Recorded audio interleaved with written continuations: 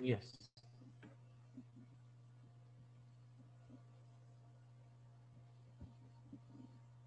Once again, I welcome you all till 1 o'clock. We will be here. Till 1 o'clock, we will be here, and then we all will be free to again attend the very important English lecture tomorrow at the same time. That means time will be decided actually at 12:30. Generally, our time will be 12:30.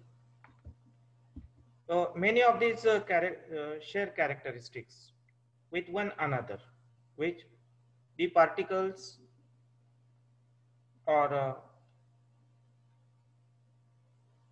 particles, determiners, then gerunds,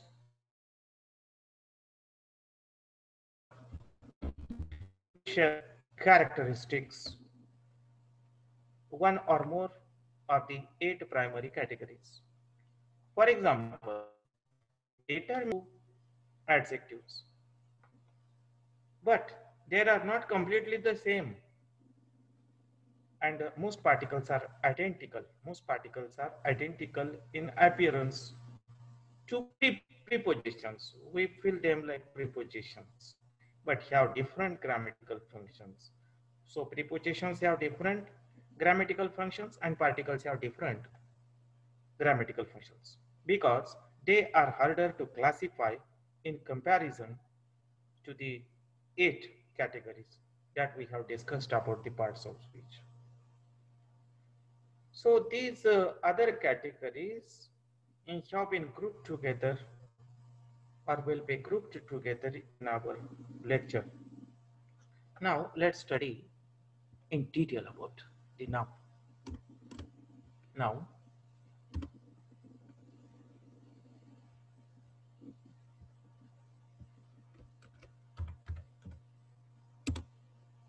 now,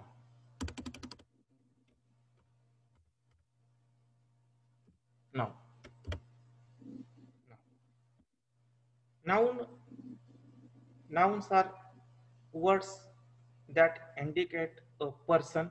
Hello, you understand this because you must know what is noun and what is preposition and what is conjunction. You must not get confused among these 8 parts of speech. You must not get confused. Your confusion among the uses of these or about the uses of these parts of speech will lead to problem. So right now, right from the first lecture, you have to be very attentive.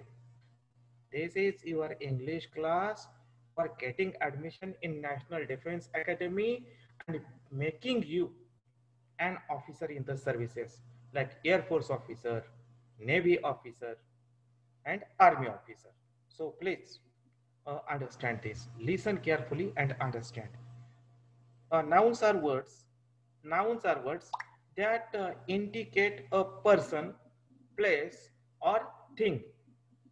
In a sentence, in a sentence, noun can function as the subject or the object. Hello, subject or the object. It can function as subject or object.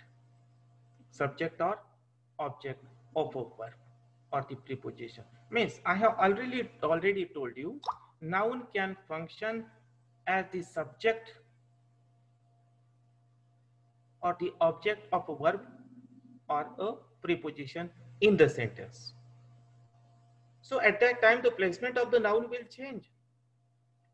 Nouns can also follow linking verbs to rename or re-identify the subject of a sentence or clause. Sometimes there is just one word in a subject, but sometimes there are more than one words in subject part of a sentence, and sometimes there is just one word in the predicate, and another time there may be many words in the predicate part of a sentence. So nouns can also follow linking verbs to rename, re-identifying the subject of a sentence or clause. These are known as the predicate nouns. So, subject.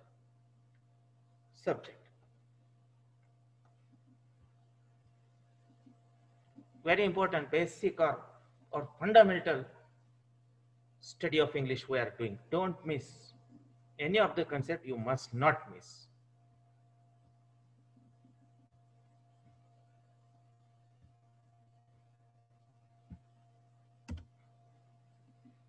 The dog chased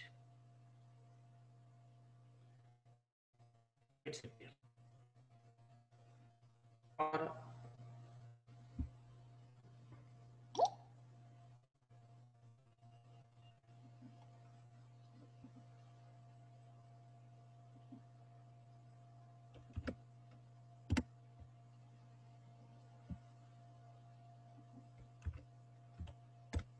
the dog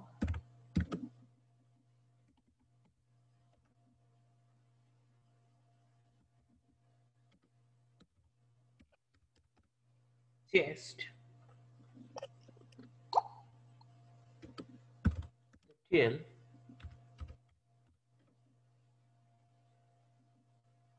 chased the cat.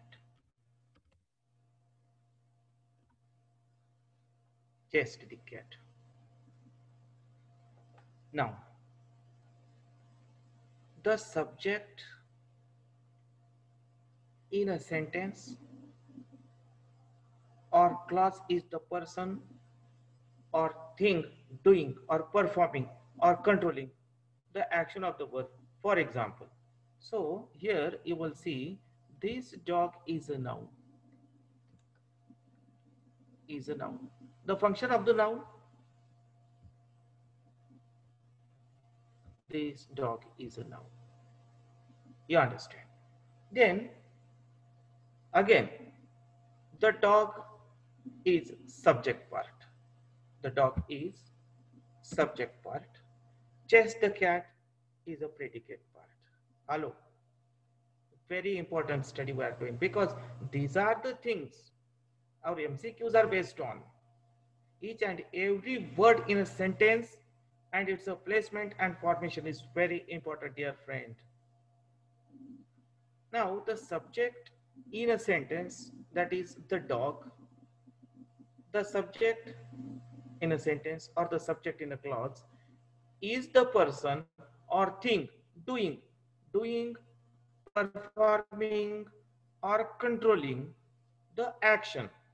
This dog is a subject which controls the action, which does the action, which performs the action of the verb chase, which controls the action of the verb chase. For example, look at here.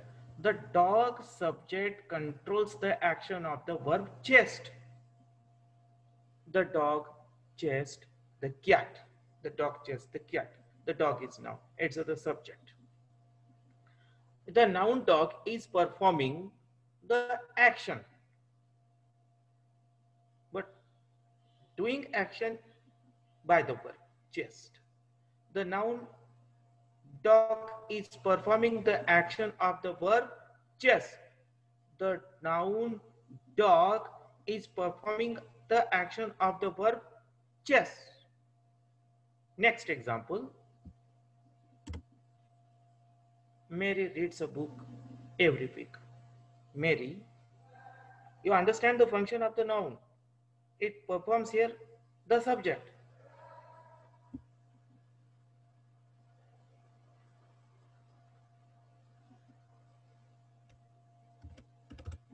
Mary reads a book every week. A book every week. Every week. Yeah. Mary.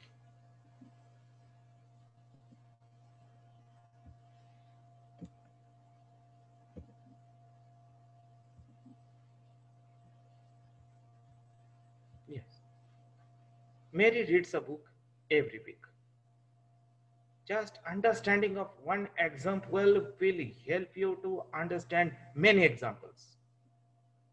Mary reads a book every week. Mary reads a book every week. Here, reads is a verb. And in the above sentence, chest is a verb. So chest and reads, these are the verbs which are which are controlled by the subject. In the first sentence, the subject is dog, which is a noun. In the second sentence, Mary is a subject, which is a noun and controls the action of the verb reads. Here, Mary reads a book every week. Mary reads a book every week. The proper noun Mary, the dog common noun Mary. So kinds of nouns we are going to study afterwards. So Mary subject is performing the action. Mary performs the action of the verb read. So here we say the subject, dog and Mary are the subjects of these two sentences. They are the subjects of the verb chest and reads. So noun can functions as a subject in a sentence.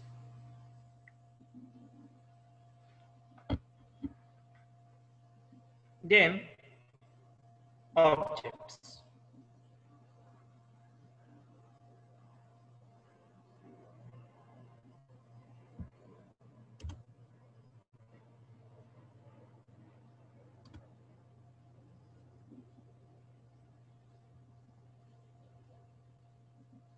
Objects.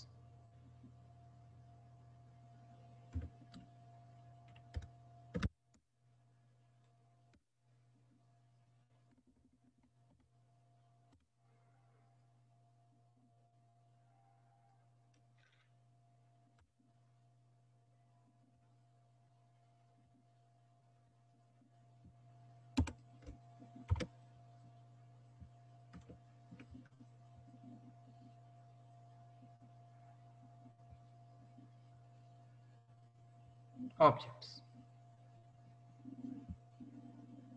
Objects.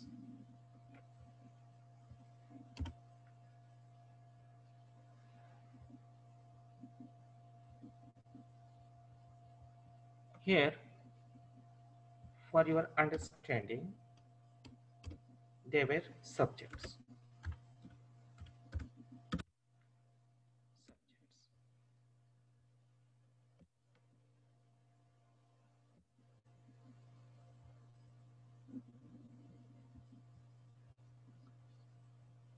Now, objects.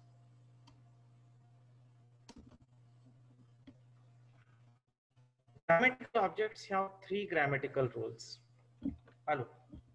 Grammatical objects have three grammatical rules. The direct object of a verb. If there is one object, then there is active voice and passive voice. Objects are there in the active voice and passive voice. If there are two objects, then we can make active voice into its two passive voice, right? Two passive voice examples. So these are the very important elements of a sentence we have to study so that it will be useful to perform our MCQs perfectly and correctly. Objects, grammatical objects have three grammatical rules. Number one, the direct object of a verb, the direct object of a verb, then the indirect object of a verb, and then the object of a preposition. So objects are nouns, right? Objects are nouns. It can function in three ways. Number one, the direct object. Number two, the indirect object. And it also can function as an object of a preposition, an object of a preposition. So, dear students, the direct object and indirect object and the objects of prepositions of noun will be studied in detail in our next period. Today we learn the 8 parts of speech, then their names, their functions, and the importance of English, and then English and entrance exam of NTA. We have studied a lot. Tomorrow we will be on time because of some genuine reason. There was a problem, but tomorrow there will not be any problem. We'll meet on the right time, and I hope you will revise this. Okay, we are studying step by step so that we will be able to face the MCQs. We will be able to solve the MCQs. English has 200 marks in written, and English is very useful in our SSB, that is of 900 marks. So, my dear friends, I wish you all the best today. We stop here today. Again, see you tomorrow. Thank you.